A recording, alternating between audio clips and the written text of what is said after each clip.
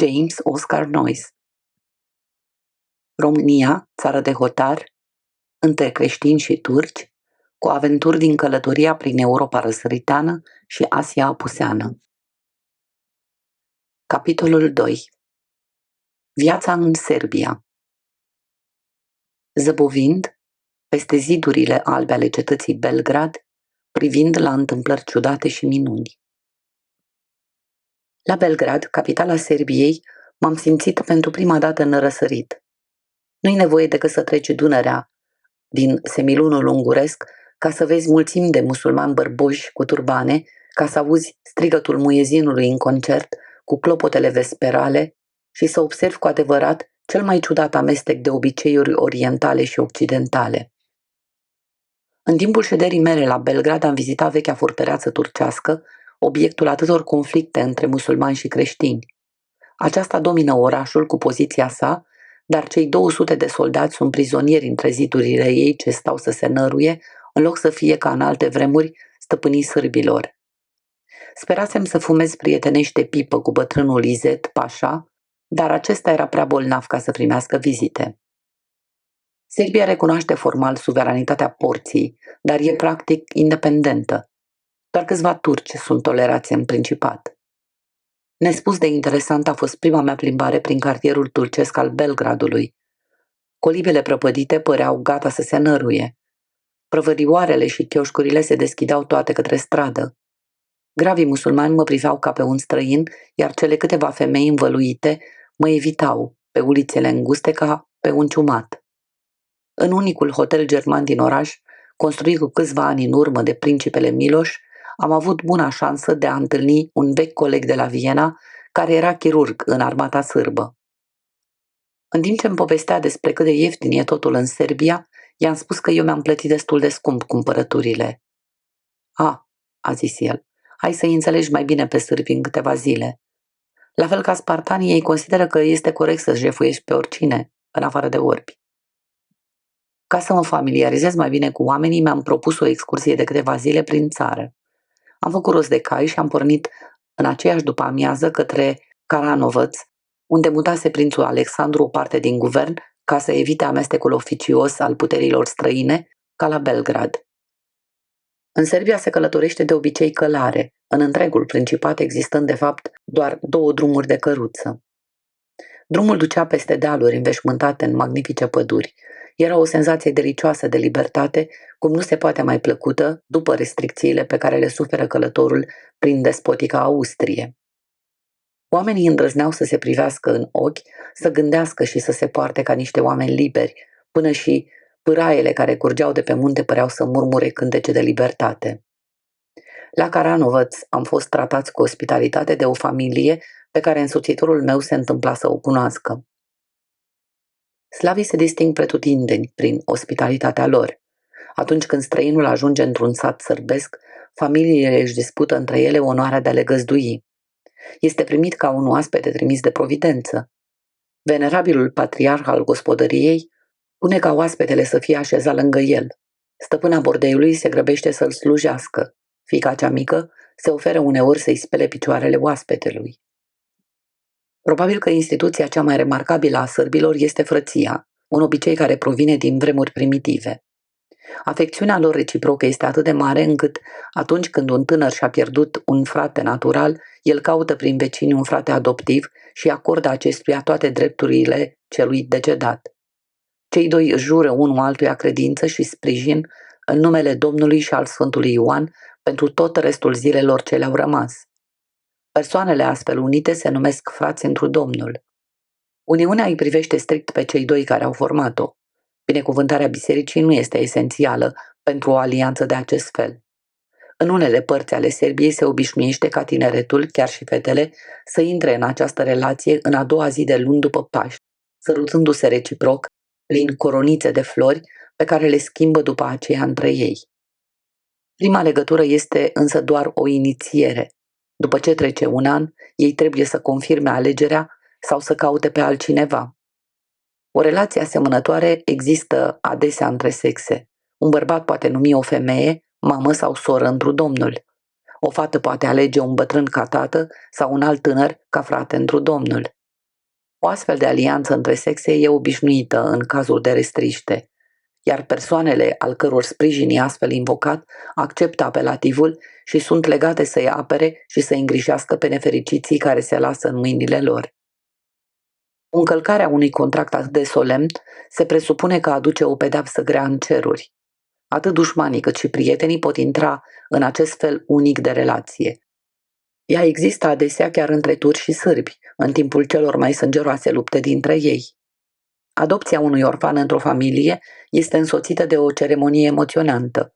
Părintele adoptiv își așează mâna pe creștetul copilului în semn de protecție, spunând în același timp: "Te adopt, căci inima mi te-a numit copilul meu. Casa asta e și a ta, tot ce e al meu e și al tău și moartea singură poate desface legătura." Frăția de arme există și la slavi ca la vechii greci. Cei doi se întâlnesc la o biserică, câțiva prieteni fiindu-le martori. Își încrucișează armele pe pământ și își jură credință pe viață și pe moarte. Apoi fac schimb de arme. Frații de arme își împart bucuriile și luptele, iar când unul dintre ei moare, armele lui îi revin fratelui supraviețuitor. Orgolioșii sârbi păstrează această instituție cu mare grijă. Se povestește despre doi frați de arme, amândoi îndrăgostiți de o frumoasă roabă turcoaică, ce ar fi preferat mai degrabă moartea femeii decât să încalece sacra relație dintre ei. Ca urmare a acestor legături de prietenie, un străin este în deplină siguranță atunci când este însoțit de un om al locului, fiind primit oriunde ca un prieten al unui frate. Un muntenegrean care își omorâse oaspetele a fost ucis imediat de fratele său pentru că își dezonorase familia și țara printr-o faptă atât de josnică. Așa se face că în războaiele lor de graniță, turcii și sârbii trec nu a rare ori prin teritoriul inamic, ba chiar fac vizite în taberele triburilor dușmane. Găsesc că în Europa clasa de sus, în special nobilimea, este peste tot cam la fel, mai puțin în privința limbii și a religiei. Pentru a vedea trăsăturile naționale apăsate, tradițiile și obiceiurile vechi, de fapt tot ce îl poate interesa pe călătorul curios, trebuie să ne îndreptăm privirea către clasele umile. Așa am și făcut de la început. La scurt timp de la debarcarea mea la Liverpool, pe când mă aflam la St. George's Hall și admiram sculptura alegorică de pe timpanul porticului, am fost asaltat de câțiva lustragii ambulanți. Își strigau marfa ca pe temirce, cu o pricepere și cu o șiretenie care trebuie să fi fost împrumutate de la avocații cu robe și pudrați de la tribunalul din St. George's Hall. Observând că eram atunci picat din lumea nouă, unul din ei ar fi dorit să dea cizmelor mele, pentru un penny, adevărata strălucire de iancheu, dar a fost repede supralicitat de un copilaș negricios care, cu un aer mai artistic, cu ochii lucindu-i vii pe chip, voia să le aplice tușa de expoziție. Călătorul este surprins de căderea serii într-un selo, un sat sărbesc ascuns prin cotloanele Balcanilor. Țăranii, bărbați și femei, cântă cu veselie în timp ce își duc turmele la vale sau pe când se întorc în grupuri de pe micile lor ogoare. Iar când apune soarele, coborând departe într-o nesfârșită splendoare, flăcăii și fetele satului se întâlnesc pe sub copacii înalți din pădure, unde joacă dansurile poporului lor, în care locul cuvintelor e luat de pantomimă, iar acțiunea și sentimentul împletesc minunat prezentul poetic cu trecutul de legendă. În apropiere, bătrânii din selo, adunați pe iarbă în jurul bardului din sat, ca un grup din vremurile pastorale a lui Agamemnon, îl ascultă cum recită despre faptele eroice ale strămoșilor sau, ca pentru a le aminti de primăvara vieții, cum improvizează despre duioasele liniște ale inimilor feciorelnice. Tinerii își aleg partenerele și se formează un cerc din fete și băieți așezați alternativ. Când începe cântecul, acompaniată de sunetele monotone ale guzlei, începe și dansul cercului. Fata cea mai frumoasă din sat, albă în obraj, dar și îmbujorată de raza dimineții iluminată, își conduce tovarășii în evoluția labirintică a dansului. Dansatorii se mișcă încet la început, depărtându-se și apropiindu-se în figuri grațioase, iar apoi se avântă în strânsori întortocheate, atât de iute, încât aproape că înșală văzul. În grupurile din fața noastră sunt doar țărani analfabeți, neștiutori de lumea de dincolo de pădurile lor natale, ai căror regi din vechime abia își mai păstrează numele în baladele naționale și ale căror unice arhive sunt tradițiile și cântecele care răsună printre munții lor.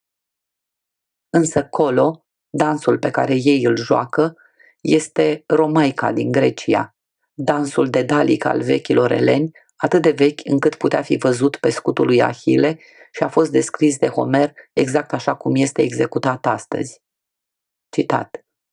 Iar acolo feciori și fecioare cu daruri pețite, mândru jucau dinpreună, ținându-se olaltă de mână.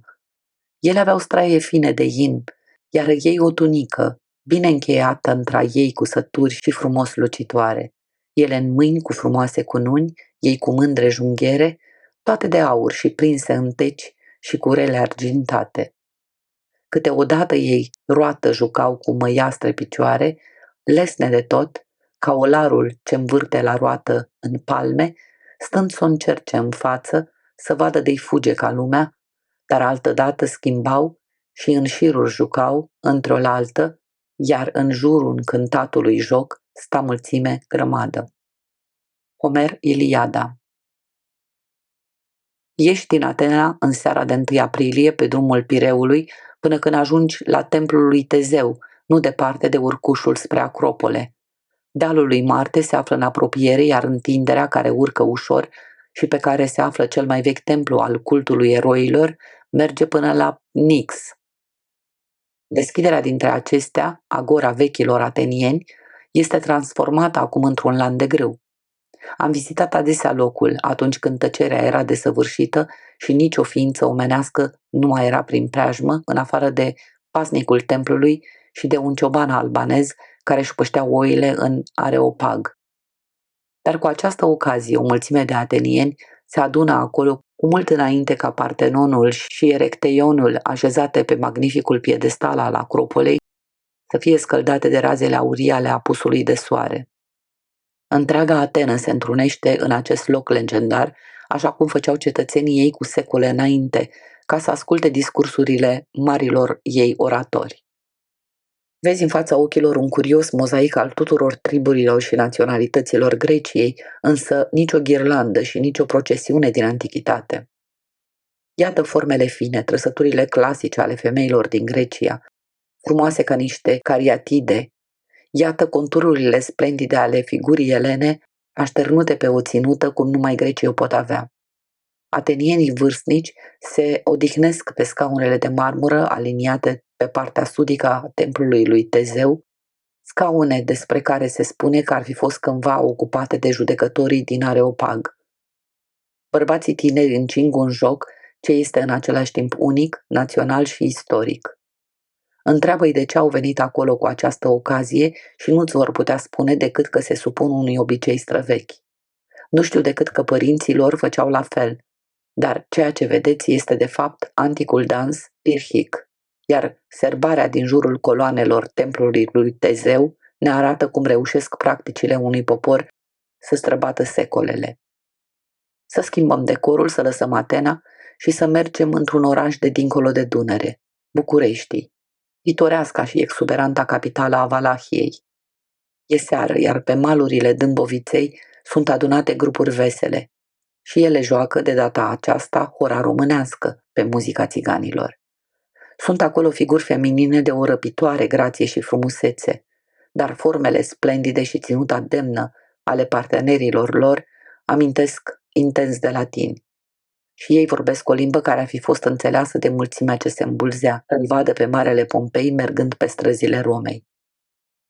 Haemul, bătrânul Danubiu și o distanță de multe sute de mile se află între frumoasa Italie și antica provincie a Daciei. 17 secole s-au scurs de când marea cuceritoare a Romei a fost împinsă înapoi de valurile invaziei barbare, dar dansul simplu al acestor țărani valahi ne aduce în fața ochilor cea mai îndrăgită distracție coreografică a Romei antice. Fetele și băieții se țin de mână, formând un cerc mare, în mijlocul căruia se află țiganii muzicanți, în limba românească numiți lăutari. Unii dintre cei prinși în cerc cântă în timpul dansului, iar cântecele ce se aud la aceste prilejuri, numite hore, precum cele ale latinilor, sunt de o forță și de o frumusețe unică.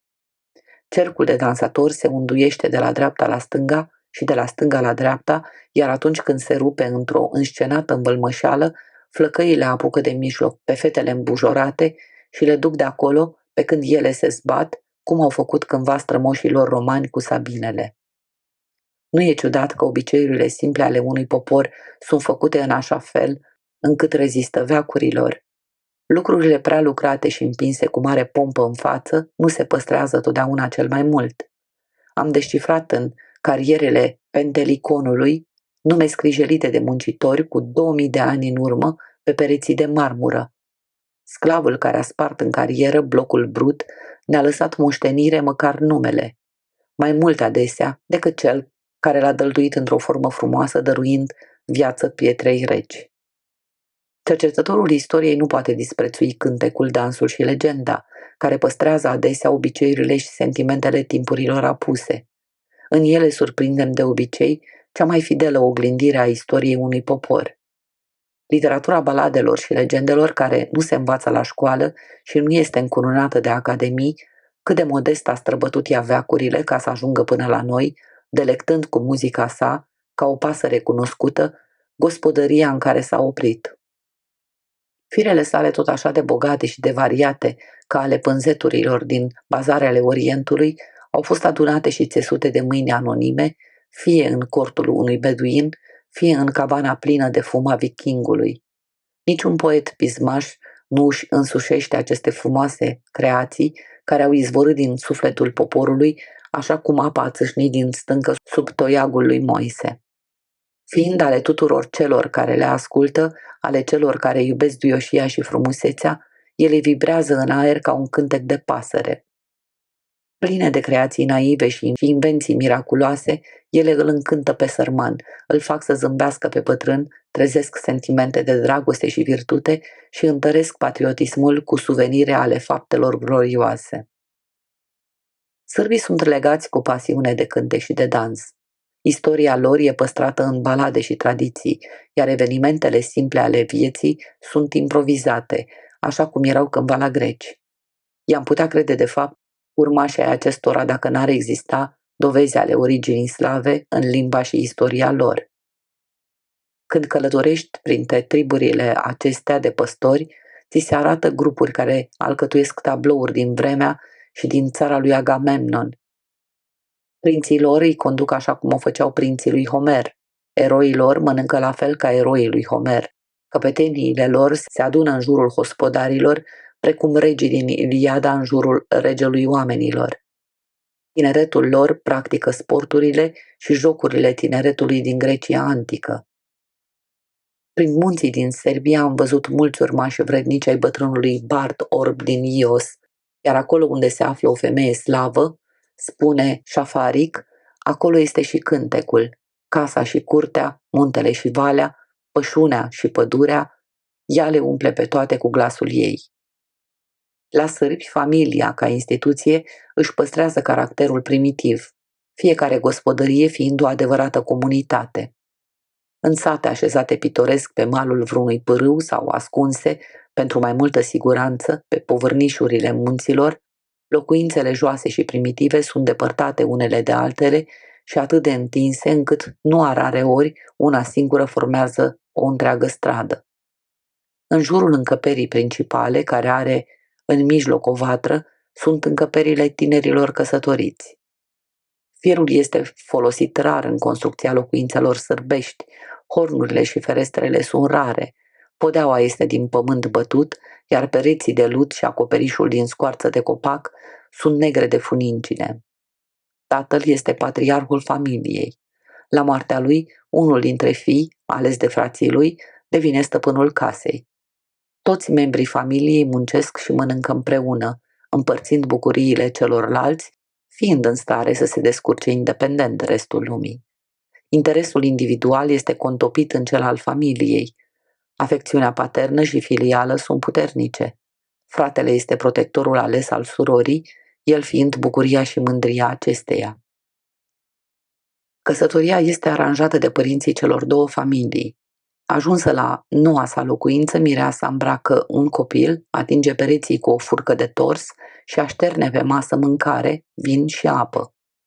Gura este pecetluită cu o bucată de zahăr, care înseamnă că trebuie să rostească doar vorbe bune. Este numită mireasă timp de un an întreg. În prezența altora vorbește foarte rar cu soțul ei. Fiecare familie are un sfânt protector, iar întregul an este o înșiruire de sărbători și rituri sacre. Sârbii se roagă de 3 ori pe zi. La masă nimeni nu îndrăznește să accepte locul de onoare fără să fie în stare să-și exprime mulțumirea în vorbe potrivite. Sârbii, înzestrați fiind cu o imaginație bogată, cred în existența unei multitudini de ființe supranaturale, ca vampirii hidoși care devorează inimi de om sau frumoasele, dar maleficele vile, care își amestecă glasurile ademenitoare cu murmurul torenților, fluturându-și aripile fermecate prin adâncul pădurii sau dansând noaptea pe malurile pâraielor de munte. Corbii sunt considerați mesagerii știrilor nefaste. În zbor veniră 2 corbi negri tăciune, din depărtare de pe întinsul câmp al Mișarului, de departe de la Șabaț, dinspre înalta cetate albă, cu ciocuri însângerate până la ochi, cu ghearele însângerate până la glezne. Poem cules de Vuc Karadžić și publicat într-o culegere de folclor sârbesc. Capitolul 3. Porțile de fier. Noi construim cu piatră, zis eternă. O vârstă viitoare va căuta ruina. Aș fi rămas cu multă plăcere mai multă vreme în Serbia, ca să admir magnificele sale peisaje montane și să cercetez obiceiurile naive ale poporului său.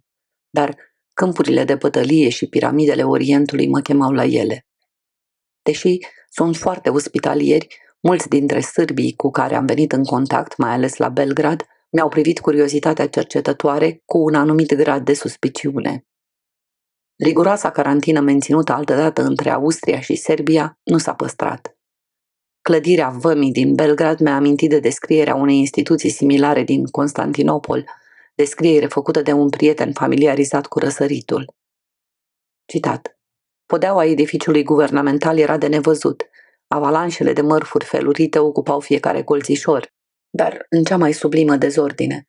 Lăzi mari și grele le striveau pe altele mai mici și mai șubrede, baloți greoi storceau pachetele fragile deja avariate, butoaiele chinuiau sacii, cuferele abuzau de lăzi, în fine totul părea așezat în așa fel încât să producă pagube cât mai mari. Închid citatul. Ne-am îmbarcat pe vapor la Semlin într-o minunată seară de august cu destinația Orșova, aflată cam la 90 de mile în aval. După confluența cu Sava, Dunărea se lărgește considerabil, îmbrățișând o serie de insule împădurite. Privirea mea a rămas ațintită asupra Belgradului, acel vechi oraș al bătăliilor și asediilor, până când minaretele și meterezele sale au dispărut în ceața care se lăsa peste suprafața liniștită a fluviului.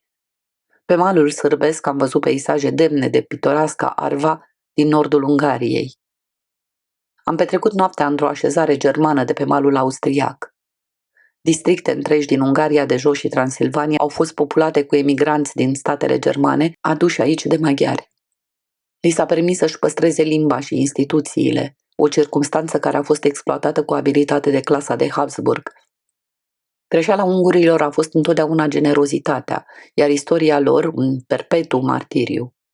Pe liniștitele câmpii înconjurate de munți semeți, unde au luptat cu vitejie cetele lui Arpad, ungurii s-au mulțumit să-și dezvolte instituții libere, niciodată ambițioși să cucerească pământuri străine, neștiind de maxima lui Cornei, de la Merchidon Lempir.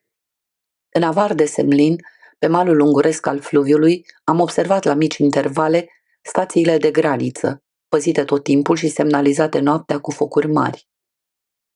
Această pază armată, întinsă de-a lungul întregii granițe turcești a Ungariei, este capabilă să furnizeze, în caz de urgență, 200.000 de soldați. Teritoriul este sub administrație militară. Fiecare bărbat este menit să devină soldat, iar pământul este cultivat de familii numeroase, aflate sub conducerea unui patriarh. Grupuri de pasageri, împățișând o diversitate remarcabilă de costume și limbi, S-au adunat pe punte ca să se bucure de seara minunată. Am făcut cunoștință cu un vesel tânăr valah pe nume Aristias, care tocmai se întorcea de la Paris, unde studiase medicina, apoi cu un ofițer francez care călătorea spre răsărit și cu Reșid Efendi, secretara lui Sami Pașa din Vidin. Un poet ungur scrie că nefericita sa țară cuprinde oameni din toate rasele Europei. În sala cea mare a Universității din Viena am numărat adesea reprezentanți a 25 de nații diferite. În timp ce navigam în josul Dunării, în dimineața următoare peisajul a devenit minunat, iar mai apoi cu totul magnific. Dealurile bine împădurite de pe ambele maluri, precursori ai Carpaților și Balcanilor, se transformau în munți sălbatici, printre care Dunărea gătuită dădea, clocotind buzna, în marea câmpie valahă, în drum spre îndepărtatul Euxin.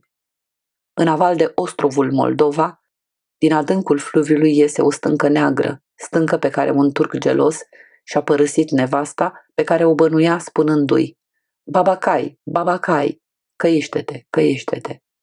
Stânca poartă de atunci acest nume. În apropiere se află peștera de la Golubaț, acolo unde se spune Sfântul Gheorghe ar fi ucis balaurul, din al cărui trup, aflat încă în putrefacție, ies roiuri de muște vătămătoare. Pe stâncile de deasupra sunt ruine pitorești ale cetății Golubaț, cu turnuri care amenință să se prăvălească în abisul de dedesubt. Iar acum vaporul pătrunde în cele mai mărețe chei din Europa, dacă nu din întreaga lume. Aici ți se pare că munții pletoși își înclină capetele sure peste torentul înspumat, iar mai încolo că își zâmbesc în lacuri, înalt împrejmuite, din care nu se văd nici intrarea, nici ieșirea. Într-o parte, privirea e întâmpinată de domoale perspective și de ascunzișuri idilice, într-alta de simulacre de coame și turnuri de catedrală. Cât de măreț se sting ecourile între acești falnici munți. Acum săgetăm crestele înspumate ale îngustelor cataracte pentru a pluti apoi calm mai departe printre înălțimile care se retrag. Acest peisaj se întinde pe o distanță de 70 de mile. Aproape de falnicul vârf al șterbețului, care se prăvălește în Dunăre printr-un perete de stâncă înalt de 3500 de picioare, se află peștera Veterani, vestită din timpul războaielor cu turcii. Pe malul austriac al fluviului se află un drum nou, construit cu mari cheltuieli de austrieci. Pe celălalt mal am observat că în multe locuri se păstrează rămășițe ale drumului construit de Traian. O placă dăltuită în piatră poartă o inscripție latinească în memoria acestei lucrări uimitoare. Azi, pescarii simpli își aprind aici focurile de tabără. La Orșova ne-am urcat pe o mică embarcațiune ca să trecem de porțile de fier, cele mai periculoase cataracte de pe Dunărea de jos, unde fluviul coboară 13 picioare în 3 sferturi de milă. Imediat în aval de granița austriacă mi-a fost arătat locul unde a ascuns cosut coroana Ungariei în 1849. Către apusul soarelui am ajuns la turnul Severin, pe malul stâng al Dunării, aproape de satul sârbesc Feti Islam, de pe malul opus. Acolo am găsit vaporul austriac pe care urma să călătorim până la Rusciuc. Unii dintre însoțitorii mei au făcut o plimbare până în satul alcătuit din câteva colibe valahe amărâte, cocoțate pe dealul din apropiere. Rămas singur, am rătăcit în josul fluviului spre ruinele podului lui Traian. În câteva minute am ajuns la ruine. Aici cuceritorul Dacia a executat un proiect gigantic, de care cu greu se apropie vreo întreprindere din vremurile moderne în această parte a lumii. Cel mai apropiat pod de piatră peste Dunăre se află la Regensburg, acolo unde fluviul are doar câțiva metri lățime, dar Traian a încins nobilul fluviu la turnul Severin, la aproape 1000 de mile de gurile lui, cu cea mai lungă structură ridicată vreodată, și anume potrivit măsurătorilor lui Marsigli, de 3000 de picioare între maluri. Podul lui Traian a fost construit în timpul celei de-a doua campanii la Dunărea inferioară, când, după mai multe înfrângeri ale regiunilor și o recentă revoltă a dacilor, a reușit să-i supună odată pentru totdeauna pe acești dușmani îndârjiți ai Romei. Arhitectul a fost Apolodor din Damasc. Dio Cassius a lăsat o descriere a acestei structuri remarcabile, din care se mai păstrează fragmente ce au rezistat inundațiilor și ghețurilor timp de 17 secole. Enorma masă a podului era suportată de 20 de pile late de 60 de picioare și înalte de 150 de picioare. Unii autori susțin că suprastructura podului era din lemn. În acest loc curentul este lent și regulat. Capetele de pod erau numai bune pentru încartiruirea legiunilor. Turnurile masive construite aici foloseau la apărarea polului împotriva atacurilor barbare. Câteva pile retezate, precum și culeele construite din zidărie solidă, pot fi încă observate de călătorul curios. În 1844 au fost descoperite arme și ustensile rare în apropiere, ceea ce lămurește unele aspecte despre viața dintr-o tabără romană. Podul lui Traian, ca și drumul său, a fost construit în scopuri militare și s-a păstrat doar atâta timp cât Roma a rămas stăpână pe malul stâng al Dunării. Adrian, succesorul lui Traian, a distrus acest splendid monument la abia câțiva ani după construcție. În apropiere erau ruinele împrăștiate ale turnului lui Theodorus, înălțat de Justinian, de mare importanță în războaiele dintre romani și barbari. Dar mai impozante sunt ruinele turnului lui Severinus, aflate la o jumătate de milă de podul lui Traian. Tot ce a mai rămas, după distrugerile cauzate de vreme și de barbari, este o porțiune înaltă și instabilă din zidul străvechi, aflată pe o ridicătură artificială și înconjurată parțial de o fosa, ale cărei extremități se unesc cu Dunărea. Pe movilă cresc copaci și arbuști, iar turnul este în parte ascuns privirii de frunzișul des. La baza sa se află un sarcofag mare din marmură. M-am cățărat pe ruină cât am putut de sus, chiar în timp ce soarele își arunca ultimele sclipiri de aur pe crestele împădurite ale Carpaților. Cât de glorioasă îi era despărțirea, împodobind cu muchii de safir norii întunecați care pluteau atât de liniștit către vest și scăldând vârfurile munților în mări de lumină delicată.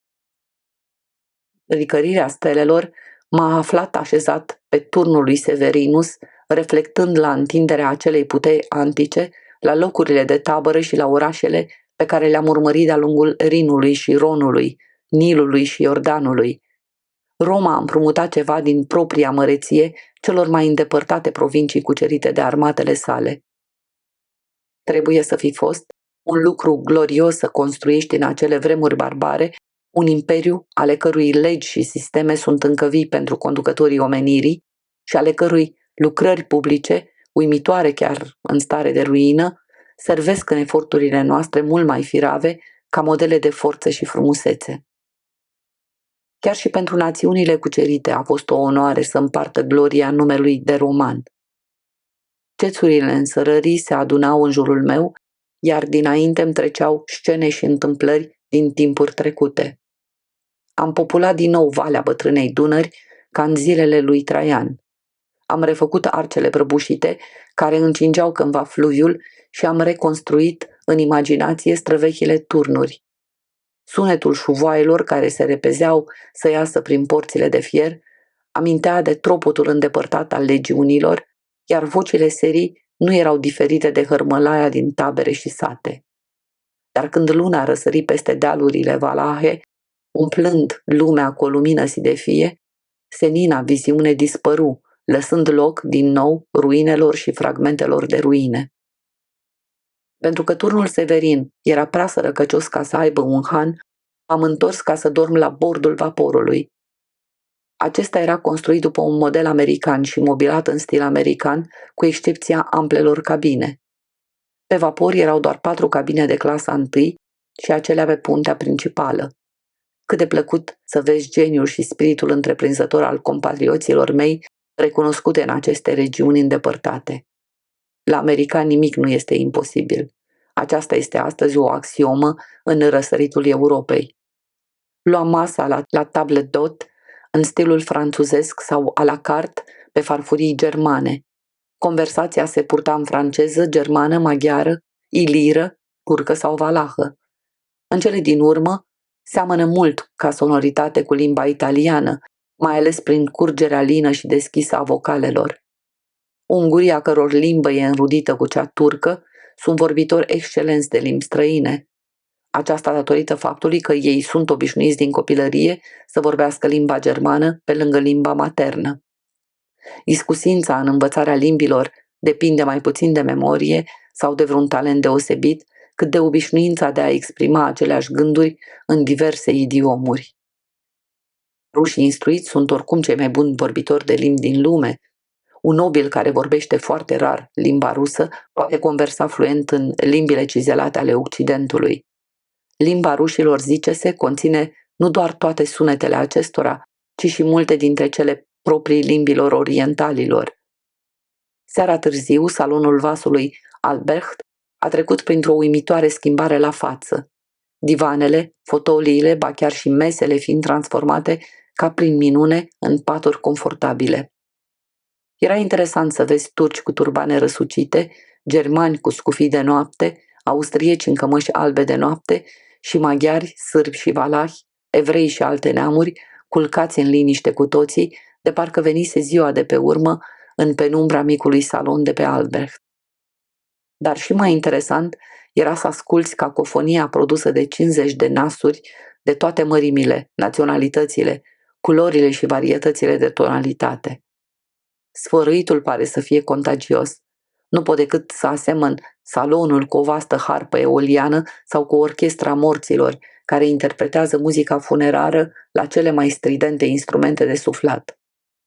Mi-am închipuit că pot urma în discordanțele lor monotone influența vinului, a dragostei și a durerii, a viziunilor de coșmar date de burțile umflate, a viselor minunate ce își împleteau firele de aur în păienjănișurile creierului.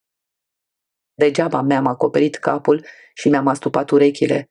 De-a lungul orelor de veche am părăsit de mai multe ori salonul fierbinte și mirositor ca să mă bucur pe punte de dulcea înrăurire a nopții și a stelelor. Aversiunea germanilor pentru aerul proaspăt e de neînțeles. Am fost foarte interesat de un anume ins care dormea adânc în celălalt capăt al salonului și pe care mi-am amintit că îl văzusem de la Viena. Era un negru, unul dintre aceia care consideră gătitul o artă liberală. O creatură cu miros grozav, nesimțire concentrată. Aristofan Cavaleri. Acesta, adus în copilărie din ținutul Nilului de sus, fusese vândut de un negustor de eunuci unui egiptean cu stare, după moartea căruia, printr-un capriciu al sorții, fusese pus la vânzare în piața de sclavi din Constantinopol. Nubianul a devenit proprietatea unui pașă care era pe atunci comandant la granița sârbească. După o vreme fură atacați de sârbi pe timp de noapte și căzură prizonieri. Eunucul fu reținut ca parte din pradă și făcând o impresie bună prințului Miloș, devenind servitorul, mai târziu chiar medicul acestuia. Cunoștințele nubianului în domeniul descântecelor, farmecelor și artelor secrete ale vindecătorilor turci îi erau de ajuns bătrânului prinț Miloș, care nu știa nici să scrie, nici să citească, căci în tinerețe fusese porcar. Aici discipolul lui Tuciuriu, al lui Esculap, i-a surâs de multe ori norocul până la expulzarea din Serbia a prințului, când s-a refugiat cu stăpânul său în Valahia. Capitolul 4. Cu vaporul în jos pe Istru. Fii ai nonsensului, fumurilor și vanității. Dimineața următoare m-a găsit pe punte foarte devreme, ca să văd soarele răsărind peste dealurile Valahiei. La dreapta mea erau Balcanii. Înălțându-se cu muchii ascuțite pe cerul sudului, ei pornesc sinuos de la porțile de fier către îndepărtatul Euxin, un lanț neîntrerupt de uriași cu creștete împădurite. La nord, cărunții Carpații depășesc în măreție, dacă se poate spune așa, pe rivalii lor de la sud. Cele două lanțuri muntoase, înconjurând Bulgaria și Valahia, formează un amfiteatru uriaș, acolo unde au apărut pentru prima dată, pe scena Europei, hoardele de barbari ca să deschidă spectacolul mereu schimbător al istoriei ei. Aici, în câmpiile Dunării de jos, legiunile lui Cirus s-au topit ca zăpada sub săgețile sciților. Tot aici s-a luptat Alexandru cel Mare cu barbarii din nord. Aici au pierit milioane de oameni în războaiele de demult dintre creștini și turci. Și pe acest câmp a profețit Napoleon că se va hotărî destinul Europei.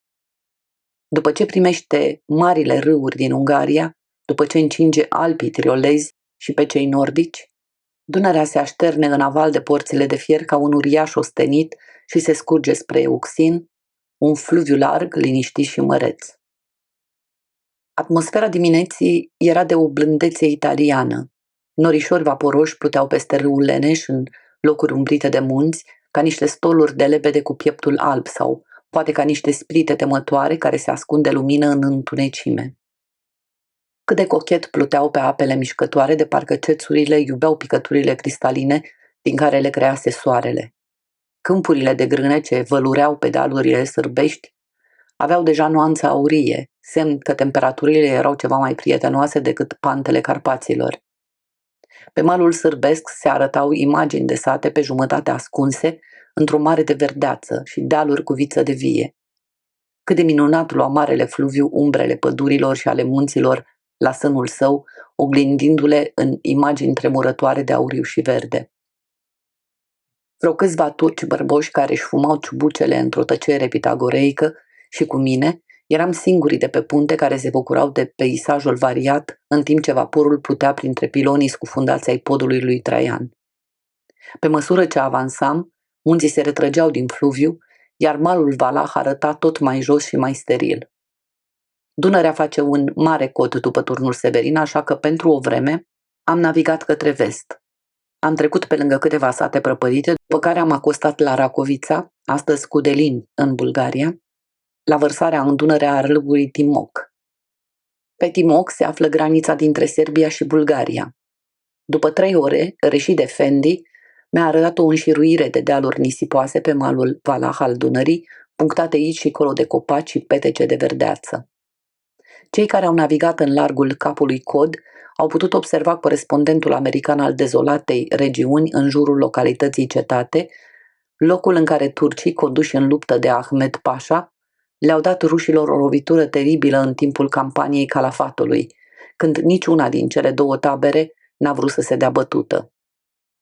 Satul prăpădit, al cărui nume a rămas astfel în istorie, se află la poalele dunelor de nisip, la distanță de 1,5 mile de Dunăre și este alcătuit dintr-o duzină de maghernițe de pământ și bordeie.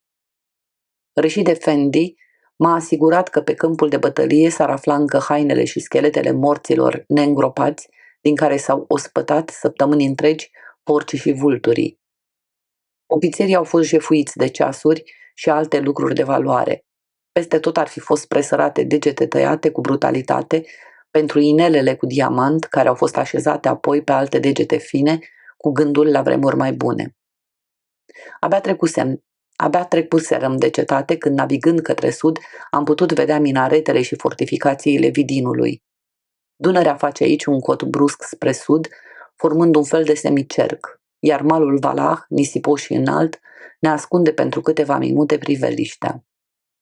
Lângă apă, sub mal, am observat zidurile negrite ale unei foste construcții.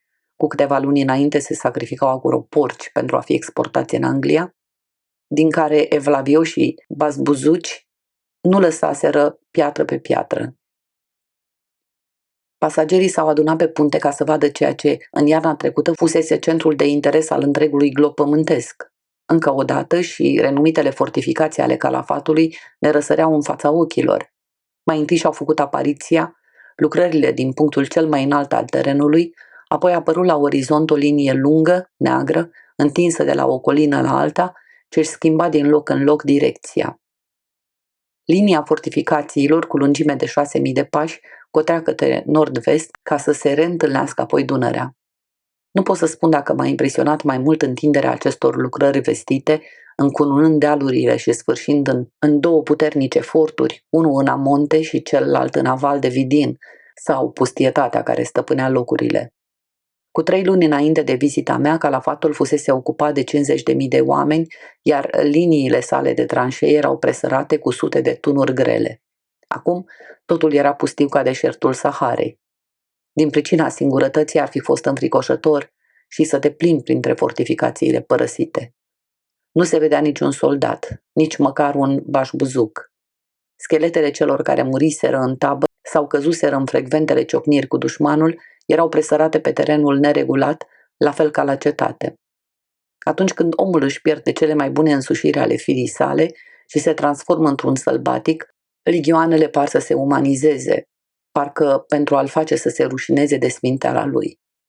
Printre lucrările părăsite din Calafat, atât de pustiite, încât a rare ori îndrăznea cineva să se apropie, am văzut o mulțime de câini jigăriți și morți de foame, care își urmaseră stăpânii până acolo, poate tocmai din sălbăticia Asiei. Nici foamea, nici singurătatea nu puteau să le facă pe credincioasele creaturi să-și părăsească locul în care se așezaseră, la rândul lor să moară. Condițiile de viață din tabără erau atât de mizerabile, încât 15.000 de soldați turci au murit de boală sau de răni între zidurile calafatului. Răbdătorii musulmani, și cine mai are răbdarea lor, s-au transformat în nebuni furioși din cauza suferinței. Un chirurg care opera acolo mi-a relatat scene de privațiune care întrec de departe tot ce mi s-a povestit despre 10.000 în timpul retragerii din Asia. 10.000 referire la mercenarii greci în slujba lui Cirus cel tânăr, a căror retragere în urma bătăliei de la Cunaxa, 401 înaintea erei noastre, este descrisă de Xenofon în Anabasis. Turcii sunt fataliști în ceea ce privește suferința. Rănile și moartea, căci altfel cei 50.000 de soldați din Calafat n-ar fi îndurat teribila campanie din 1853-1854. Musulmanul nu se supune operațiilor chirurgicale, în consecință s-a efectuat o singură amputare pe întreaga durată a asediului, când un tratament medical judicios ar fi putut salva mii de vieți. Din 300 de răniți trimiși la Vidin după bătălia de la cetate, abia 5 s-au mai întors la luptă. Vidinul, acum capitală de pașalâc și reședința unui episcop grec, a fost un loc de o importanță considerabilă pe vremea romanilor. Este un adevărat oraș turcesc cu populații de 25.000 de suflete. Deși pitoresc de la depărtare, măreția sa, așa cum se întâmplă în Orient, a dispărut pe măsură ce ne-am apropiat. Zidurile unei fortărețe imense urmează linia malului pe o distanță considerabilă. Santinelele erau puține, dar lungile linii de artilerie turcească arătau că Sami Pașa nu stătuse degeaba în timpul campaniei. Câteva vase turcești, cu un aspect atât de greoi încât numai joncile chinezilor mai pot rivaliza cu ele, stăteau înșirate de-a lungul malului. Lângă fortăreață erau ridicate corturile unei șatre de țigani. Pe mal se adunase o mulțime de purtători de fes, alcătuită mai ales din arnăuți cu înfățișare fioroasă și bașbuzuci, unii dintre ei călare pe niște cai amărâți, alții pe jos sau așezați turcește în noroi sau pe nisip. Corturile lor arătau mai mizerabil decât ale țiganilor. Dacă o duzină întreagă de vapoare și-ar debarca pasagerii deodată pe unul din cheiurile din New York, confuzia stârnită nu ar fi mai mare decât ce s-a petrecut atunci când vasul Albert a oprit la Vidin. Turcii sunt de obicei tăcuți, dar uneori pot să facă mai mult zgomot decât o duzină de necredincioși. Cum s-a deschis bariera, o hoardă de barbari a dat buzna pe punte, cărând saci, lăzi și tot acel calabalâc folosit de turci ca echipament de călătorie. Cei câțiva soldați postați pe cheiul îngust de lemn pentru a menține ordinea nu fac decât să amplifice confuzia. Mulțimea pestriță strigă, trâncănește și se ceartă într-o duzină de limbi diferite, iar oamenii autorității își mânuiesc viguros bastoanele pe spinările amărâților. În acest timp am tras o scurtă hoinăreală prin Vidin cu reșii de Fendi. Am văzut moscheile, cimitirile cu coloanele frânte și chiparoși, șirurile de cocioabe, ulițele noroioase, câinii și moliciunea nepăsătoare ce caracterizează orice oraș turcesc.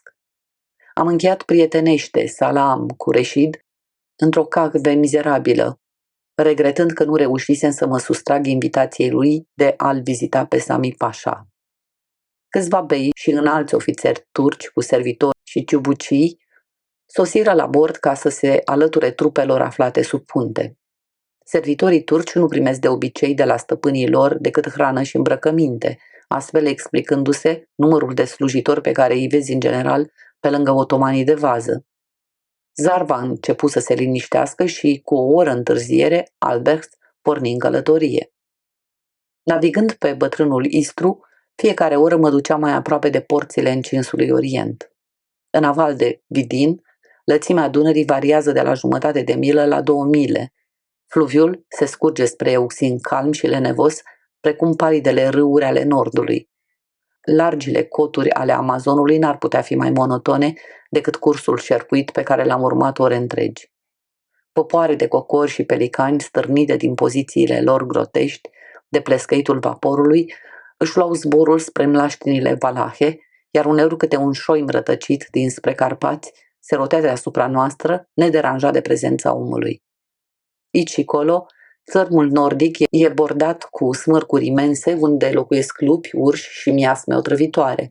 Dincolo de mlaștină se întinde câmpia joasă a Valahiei, un teren grozav de potrivit pentru manevrele armatelor, iar în depărtare ochiul poate surprinde uneori ușoare ondulații ale terenului care se ridică spre Carpați.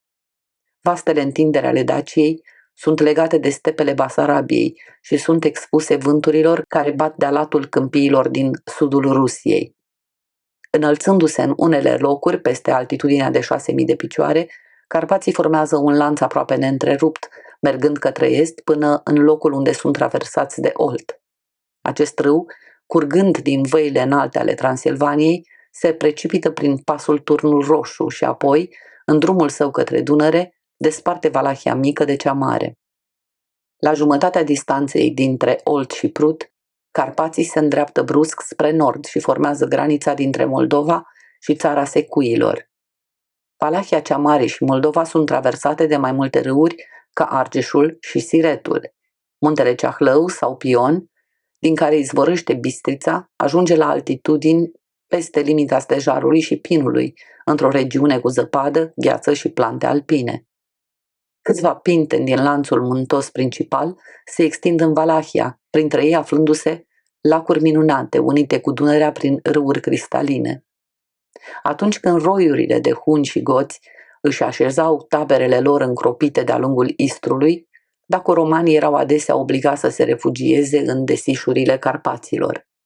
Într-acolo își purtau cu ei limba și instituțiile, pregătiți să se întoarcă pe câmpiile fertile, locuri în care se întâlnesc adesea valurile civilizației și ale barbariei aflate în conflict.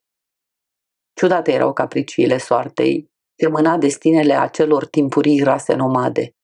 De mirare suișurile și ocolișurile istoriei lor, ce i-a urcat și apoi i-a afundat în ceața trecutului ca pe o priveliște ce piere în zare.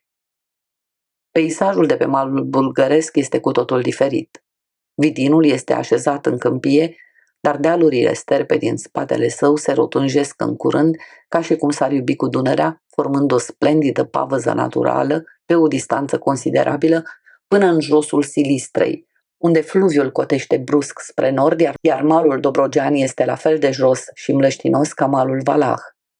Acest mal abrupt, cu o lungime de 300 de mile și cu înălțimi de la 30 la 150 de picioare, are o bază calcaroasă. În unele locuri, Dunărea este flancată pe mile întregi de un perete vertical de calcar, iar în altele, abruptul se retrage la o ușoară distanță de mal, lăsând loc unor minunate ostroave în miniatură, cu iarbă înaltă, pe care am văzut din loc în loc păscând cirezi de bivol domestici sau boi albi bulgărești. Acțiunea apei, însoțită probabil și de alte cauze, a erodat dealurile bulgărești până la forme curioase și fantastice, care pe alocuri au înfățișarea unor lucrări militare. Zidurile înalte de pământ se întind de-a lungul râului sau încrunează înălțimile stâncoase în mod atât de regulat și de egal încât par artificiale. Aici și colo apar cetăți naturale, parapeți și turnuri care arată ca și cum niște uriași ar fi făcut de lucru, îngrămădind imense fortărețe într-o apărare a bătrânului Danubiu. Pot înțelege acum efortul uriaș depus în mod repetat de turci pentru a apăra malul bulgăresc de ruși, în loc să aleagă retragerea în spatele liniei Balcanilor. Ținuturile de pe malul Rinului și ale Dunării au fost dintotdeauna în aceeași măsură dăruite de soartă și nefericite. Primul, izvorând din văile Alpilor și curgând multe sute de mile spre mare, printre cele mai nobile locuri ale Europei, e numit de germani Părintele Râurilor. Dar călătorul nu are cum să rătăcească prin cetățile și orașele de pe malurile sale, fără să observe cât de inferior este comitatul Rheingau părților centrale ale Franței și Germaniei, în toate privințele, cu excepția avantajelor naturale. Aceste ziduri dărâmate și turnuri fărâmate au avut o existență furtunoasă. Istoria povestește scene de violență și fapte de arme care s-au petrecut aici încă de pe vremea când triburile germanice ale ubilor și sicambrilor trăiau pe malurile opuse ale fluviului, iar romanii așezaseră tabere și colonii printre națiile barbare ale Germaniei. Poziția provinciilor Rinului între puteri beligerante a neutralizat multe din avantajele naturale. În scurtele răgazuri de pace, prosperitatea lor a fost aproape de neatins. Nici o parte a Europei nu a fost atât de înfloritoare în timpul ligii hanseatice, nici o altă parte a Europei nu a suferit atât de mult și atât de adesea în urma incursiunilor armatelor străine. Din pricina molimilor care stăpânesc de-a lungul Dunării de jos, în anumite anotimpuri, dar mai ales din pricina calamităților aduse de războaie, mărețul fluviu a fost mai degrabă inamic decât prieten al națiilor care locuiesc pe malurile lui. Numeroasele insule care, într-o țară ca a noastră, ar fi devenit de multă vreme mari târguri comerciale, sunt fără excepție nelocuite. De asemenea, în locuri unde călătorul se așteaptă să vadă orașe înfloritoare, el nu găsește decât tăcere și singurătate.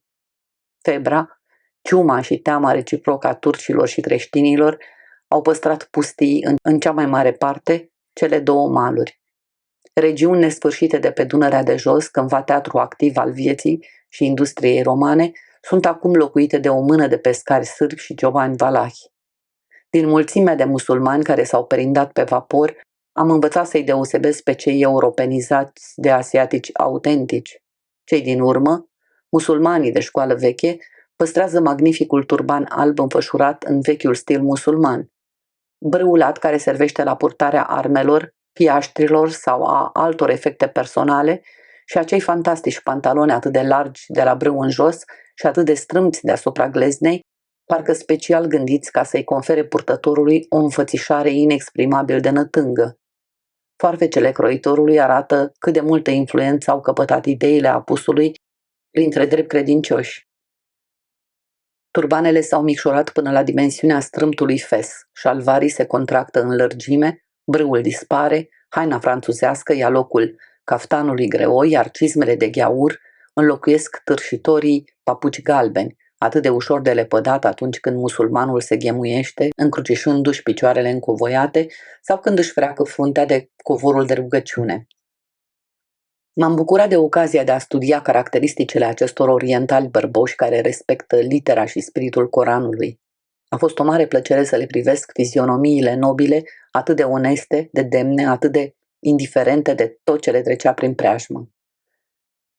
Cu picioarele încrucișate, așezați pe mici rogojini întinse pe punte, fumau tăcuți din lungile lor ciubuce sau, adunați în grupuri fără să-și părăsească postura națională, conversau pe un ton serios și scăzut, dar cu o gravitate necunoscută politicienilor apuseni, oricât de banal ar fi fost subiectul. Există ceva autentic în politețea acestor orientali. Nu se calcă niciodată pe picioare și nu întrerup niciodată conversația altora. Graba, zic ei, vine de la Satana, iar răbdarea e cheia rațiunii. Cât de diferită este purtarea musulmanilor europenizați. Aceștia leneveau în salon, mâncau la masă comună din farfurii care, potrivit Coranului, erau necurate și beau cu atâta libertate din sucul purpuriu al strugurelui, ca și cum profetul n-ar fi interzis niciodată consumarea lui. Vinul, tutunul, cafeaua și opiul, spun poeții orientali, sunt cele 4 perne de pe sofaua plăcerii și elementele de bază ale desfătării, însă cei care interpretează legea cu strictețe le numesc preoții Satanei și cei 4 stâlpi ai templului desfrâului. Încă și mai interesant mi s-a părut un câr de femei turcoaice. S-au urcat la bord la Nicopole. Despre cine erau și încotro se îndreptau n-am îndrăznit a cere lămuriri musulmanului, care arăta atât de gelos încât ar fi putut fi soțul întregii trupe. Au întins un covor într-un colț nefrecventat al punții și în timp ce unele aveau grijă de copii, împodobiți și ei cu fesuri turcești, deși prea tânări ca să rostească numele profetului, celelalte râdeau și pălăvrăgeau între ele, încet desigur, căci urechile gheaurilor ascultau, totuși destul de tare cât să arate că femeile sunt femei oriunde în lumea largă.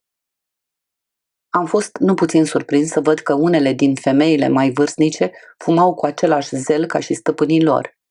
Era interesant de observat cum reușeau să-și mânuiască ciubucele subțiri cu muștiuc de chihlimbar fără a-și arăta fețele. În privința multora dintre ele nu pierdeai nimic din cauza vălului musulman. Ochiul e fereastra sufletului, dar în niciun caz nu trădează frumusețea sau diformitatea, așa că mă mir că valul turcesc nu a fost introdus și în alte țări în care persoanele doresc să pară mai atrăgătoare decât le-a hărăzi natura. Dacă Zuleica cea cu ochii dulci dorește să transforme o figură urâtă într-una atrăgătoare, nu arată ea oare mai multă minte atunci când folosește spre acest scop un preparat din mătase sau bumbac decât verișoara noastră Amanda, care își aplică uniform pe obraz un preparat din Cretă? Una sau două dintre femeile turcilor erau cu adevărat frumoase, lucru pe care ele, firește, nici nu doreau să-l ascundă, căci curiozitatea și vanitatea femeii nu pot fi ținute în frâu. Mi-am permis să cultiv cunoștința unui tânăr musulman în vârstă de abia câteva luni, spre marea oroare a doicii sale nubiene, ale cărei buze umflate aruncară asupra mea un potop de blesteme. Dar mama copilului, o persoană de familie bună după înfățișare, a părut încântată să-mi dea voie să-l ciupesc de obraj și să-l gâdil pe veselul puști. De vrei să câștigi inima mamei, vorbește amabil copilului. Am observat că părinții turci își tratează copiii cu o deosebită tandrețe. Mamele își alăptează de obicei vlăstarul. Dacă, din oarecare cauză, treaba cade în sarcina unei sclave, aceasta are dreptul la libertate. Poți fi martorul multor lucruri stranii printre musulmani, dar n-am văzut nicio turcoaică plimbând o dihanie de câine în brațe, în timp ce îngerașul său este lăsat unei doici care se târie în urma stăpânei. Turcii au o sumedenie de instituții patriarhale, însă aceea a familiei cu greu se poate spune că se numără printre ele. Nu poate fi vorba să se adune în jurul vetrei, în jurul mesei ori în jurul altarului. Bărbatul mănâncă singur, fiind servit de nevestele lui, care se hrănesc din ce rămâne. Gospodăria este doar o adunare de persoane. Nașterea unui prunchi este însă evenimentul important într-o gospodărie turcească, mai ales dacă e vorba de un băiat. Ușile sunt atunci deschise larg, prietenii vin să-i felicite pe părinți care nu-și mai găsesc cuvintele de bucurie, iar veselia și festivitățile nu au sfârșit. E o fată, tatăl își lasă privirea în jos, mama este îndurerată, prietenii se țin deoparte. Toți privesc faptul ca pe o lovitură dureroasă a providenței și cu cât se vorbește mai puțin despre nefericita afacere, cu atât mai bine. Una dintre primele sarcini de îndeplinit la nașterea unui copil este să îi se șoptească în urechea dreaptă: există un singur Dumnezeu, iar Mohamed e profetul lui. Tatăl își numește fiii, iar mama fiicele. Legea musulmană interzice mamei să-și înțarce copilul mai devreme de 2 ani, fără consimțământul tatălui. Acceptul este de regulă oferit cu câteva luni mai devreme. După circumcizie, tatăl își instruiește fiul în ritualul spălării și rugăciunii. Profetul spune că fiii trebuie să învețe să se roage de la vârsta de 7 ani și recomandă utilizarea bățului dacă nu au izbutit mulțumitor până la 10 ani. Foarte puțini însă își fac rugăciunea înainte de vârsta maturității, iar atunci mă tem că rugile lor ajung rareori mai sus de propriile creștete. Am pierdut ceva timp la Lom Palanca și mai apoi la Nicopole. Orașele construite de slavi pe Dunărea de Jos, pe locul vechilor tabere romane, erau alcătuite inițial din 3 părți distincte. Grad se numea cetatea care ocupa zona cea mai înaltă. Varoș, sau orașul de jos, cartierul negustorilor și artizanilor, de obicei împrejmuit de un zid fortificat. În fine, Palanca, sau suburbia, din afară de Varoș, unde locuiau clasele sărace și care era înconjurată de simple palisade. Acest plan a fost însă puternic modificat de turci, care au distrus fără să mai reconstruiască. Deși Bulgaria este plină de evrei, armeni și creștini de rit grec, orașele dunărene au un caracter pur turcesc. Ele nu sunt influențate de apropierea Ungariei și de ideile francezilor și englezilor, care câștigă în mod constant teren la Stambul. Odată ce vezi numeroasele moschei, șirurile strâmbe de maghernițe, ulițele pietruite, nu le mai uiți niciodată. În apropierea orașelor nu se practică agricultura, căci dealurile și văile acestei regiuni, cândva fertile, sunt stăpânite de turme și cirezi mânate de ciobani bulgari. Suprafețe largi de teren sunt lăsate pentru antrenamentul călăreților turci. Nu-i de mirare că musulmanul care zace într-o mizerie fără sfârșit este cu mintea mereu la minunile paradisului. Paradisul se găsește în umbra săbiilor, ziceau vechii musulmani. Urmașii lor însă visează la această împlinire în sărăcie și amărăciune. Dintre orașele din jos de Vidin, doar la Nicopole li s-a permis turcilor să-și păstreze fortificațiile după campania rusească din 1829. Nicopole e, de altfel, vestit pentru victoria obținută în 1396 de Baiazid asupra lui Sigismund, regele Ungariei. Se spune că 60.000 de turci, mai mulți decât întreaga armată creștină, au căzut pe câmpul de luptă, ceea ce l-a înfuriat pe sultanul Baiazid în așa măsură încât a poruncit ca toți prizonierii să fie trecuți prin sabie. 10.000 de oameni au fost astfel masacrați cu sânge rece, macabra lucrare continuând de la răsărit până târziu după amiază, când unii dintre marii demnitari ai porții au căzut la picioarele sultanului, implorându-l să îngăduie ca prizonierii rămași să fie luați robi. Ruga lor a fost ascultată. Câțiva dintre războinicii creștini care au supraviețuit încercării nebunești a regelui Sigismund, fiind răscumpărați mai apoi pentru 200.000 de galbeni. Înainte de plecarea cavalerilor francezi eliberați spre țara lor natală, Baiazid, care era un vânător împătimit, i-a invitat la o vânătoare strașnică, pentru care s-au folosit 7.000 de șoimi și 6.000 de copoi. În loc să le ceară să nu mai ridice niciodată armele împotriva turcilor, sultanul a fost atât de generos încât i-a cerut ducelui de Nevers să adune armate și să abată asupra turcilor puterea creștinătății. Aproape de Nicopole se arată rămășițele unui pod peste Dunăre, ridicat de Constantin în timpul campaniei împotriva goților și sarmaților, care rivaliza cu podul lui Traian de la Turnul Severin. Se însera deja când am părăsit orașul, așa că am coborât până la gura Oltului, ceva mai la vale, loc în care capitanul a hotărât să rămânem până dimineață. Aici, pe malurile Oltului, se află localitățile Izlas și Turnul, astăzi Turnul Măgurele. Ne-am adunat în grupuri pe punte ca să ne bucurăm de noaptea asiatică, molcomă și înstelată. Ce liniște și ce minunat era, în timp ce vaporul nostru plutea amarat. Pe Dunărea lată nu se vedea orizontul. Stelele luceau și pe cer și în apă. Fluviul nu amintea deloc de bătrâna Dunăre de la izvoare. 2 ofițeri turci, italieni prin naștere, își aduseră chitarele pe punte. Au început cu niște melodii turcești comune, dar curând gândurile le-au zburat înapoi pe dealurile însolite ale patriei. Așa se face că, ore în șir, în dulcea ambianță a nopții, am ascultat cântecele triste ale fiilor Italiei. În aval de Nicopole, peisajul continuă trist și monoton. Aici colo, pe malul Valah, am remarcat posturile de carantină care erau părăsite de la retragerea rușilor. La ora 10 am ajuns la Șiștova, un oraș cu 200.000 de locuitori și cu oarece importanță comercială. Paleza înaltă pe care este construit este brăzdată de o ravernă adâncă. Dealurile din jurul orașului sunt îmbrăcate în parte cu podgorii. Era cea mai animată priveliște de care avusesem până atunci parte în Turcia. Omer Pașa lăsase în oraș o garnizoană de 3.000 de oameni. La Șiștova s-a urcat la bord o companie de bașbuzuci care urmau să se alăture armatei aflate la vale. Printre ei erau arnăuți fioroși din munții Albaniei și războinici cu turbane din răsăritul îndepărtat. Soarele, deșertul, întipărite pe trufașele fețe întunecate. Marea ciudățenie a luptei dintre ruși și turci, care, dintr-un război al monarhilor, a ajuns aproape un război al raselor, constă în varietatea forțelor implicate. S-a întins pe 3 continente, angajând reprezentanți ai mai multor nații, limbi și religii, decât s-au adunat vreodată în vreun alt conflict.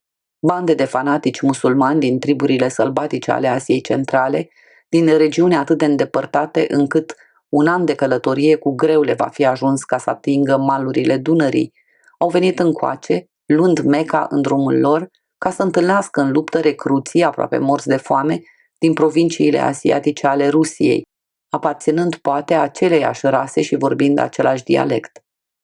În Orient, oamenii urmează credința regilor pentru care luptă, crezând în van că merg la război în numele lui Dumnezeu. Altfel va fi în lupta libertății cu despotismul, care trebuie să înceapă în răsărit, ca și în apus, aducând război cu 1000 de lupte ce zguduie sute de tronuri. Pitoreștile costume ale bașbuzucilor erau ponosite și zdrențuite.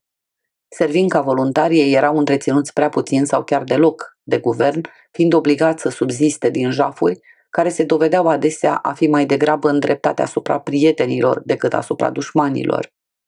Pentru mine, în orice caz, haina, armele, obiceiurile lor orientale erau de un mare interes, amintindu-mi de asprii războinici ai Asiei, care au adus cuceririle primilor sultani. Printre ei era și un șeic de dincolo de Liban, a cărui barbă atinsese limita extremă a excesului capilar.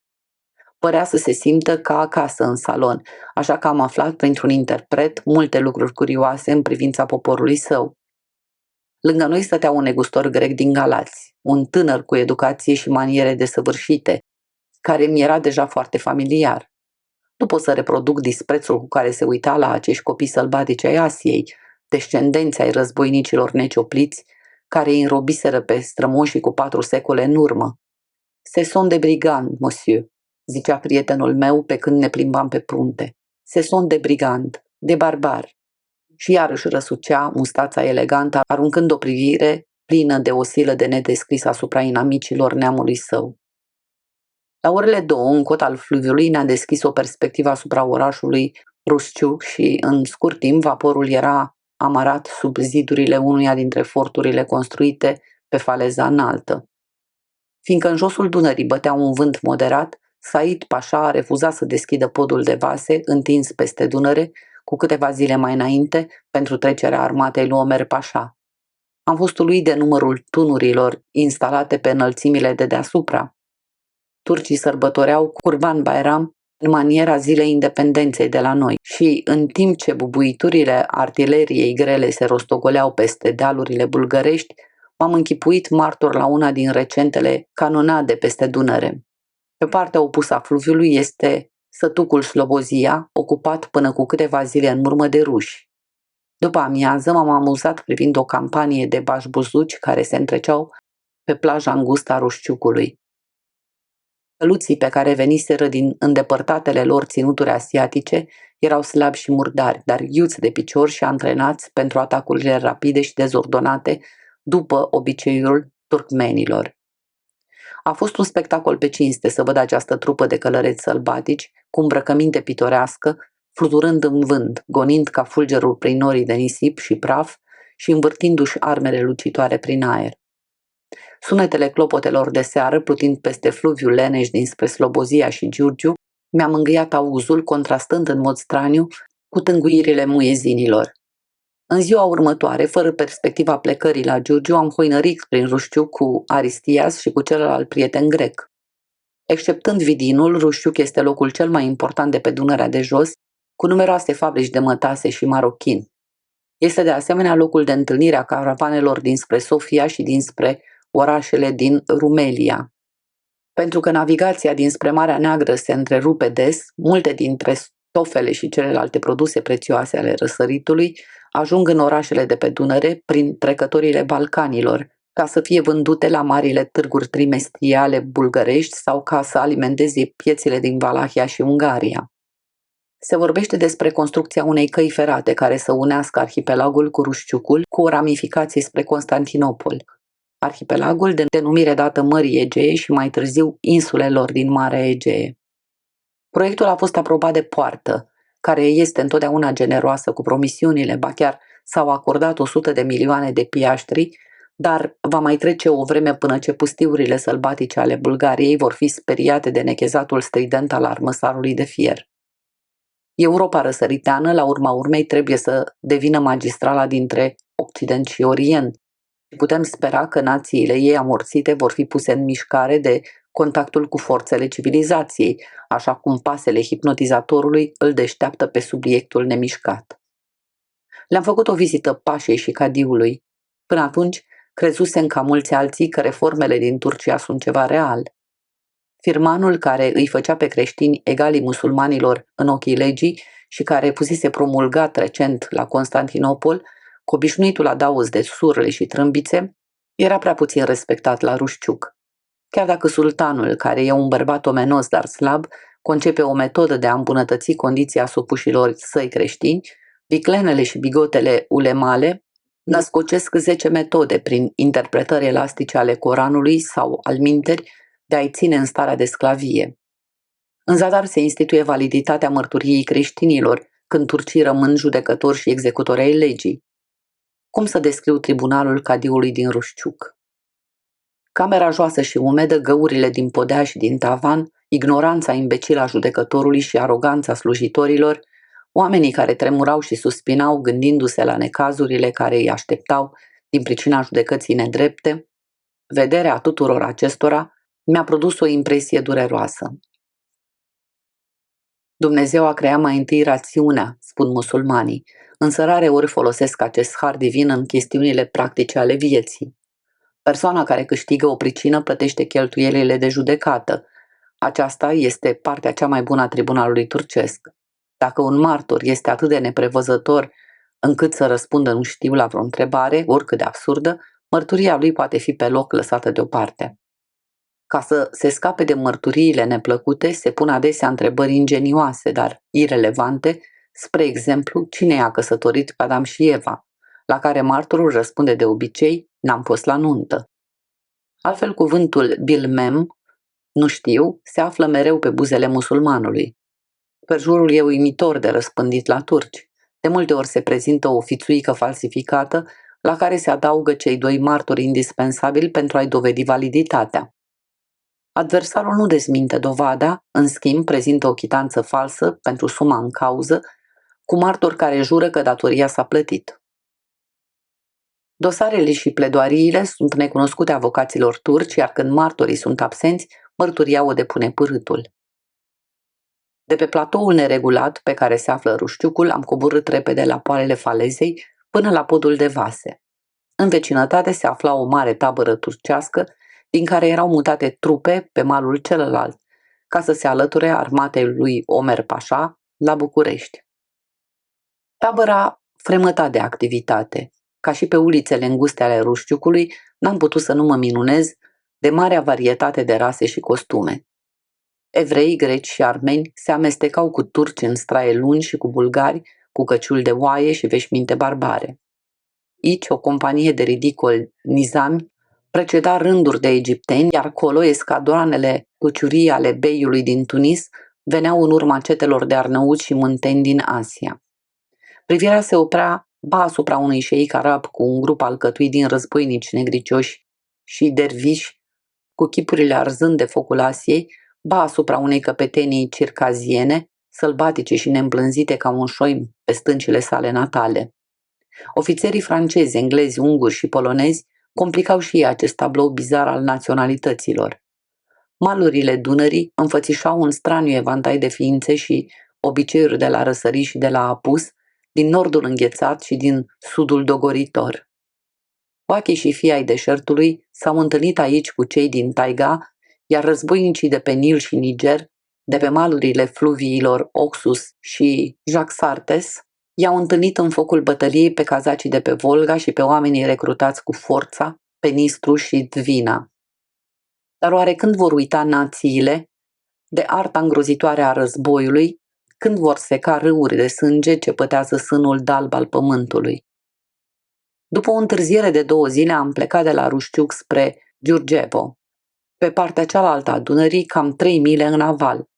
Am coborât pe râu o vreme și apoi ne-am întors pe lângă un canal îngust dintre malul Valah și insulele Mocanu și Smârda.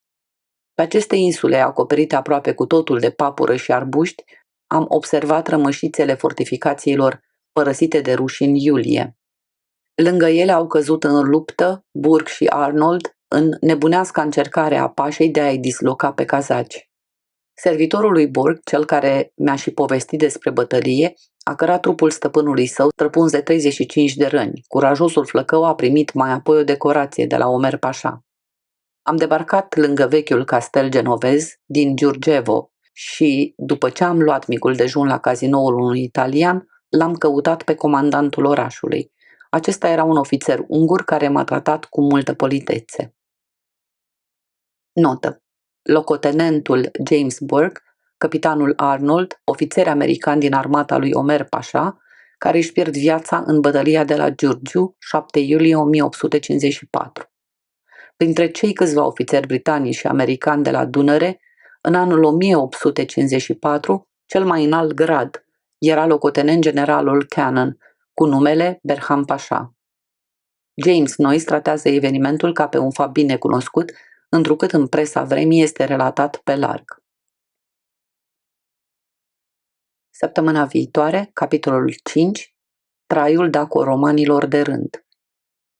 Dacă v-a plăcut acest material și doriți să-l ascultați și pe următorul, nu uitați să apăsați butonul roșu de abonare și să activați clopoțelul pentru a primi o notificare atunci când apare un episod nou. Mi-ar plăcea să regăsesc în comentarii sugestiile voastre pentru viitoare lecturi. Prin calitatea de membru al canalului puteți beneficia de lecturi integrale ale cărților, precum și de audiția în premieră a lecturilor. Eu sunt Alina, gazda dumneavoastră, și vă mulțumesc pentru că m-ați ascultat. Pe curând!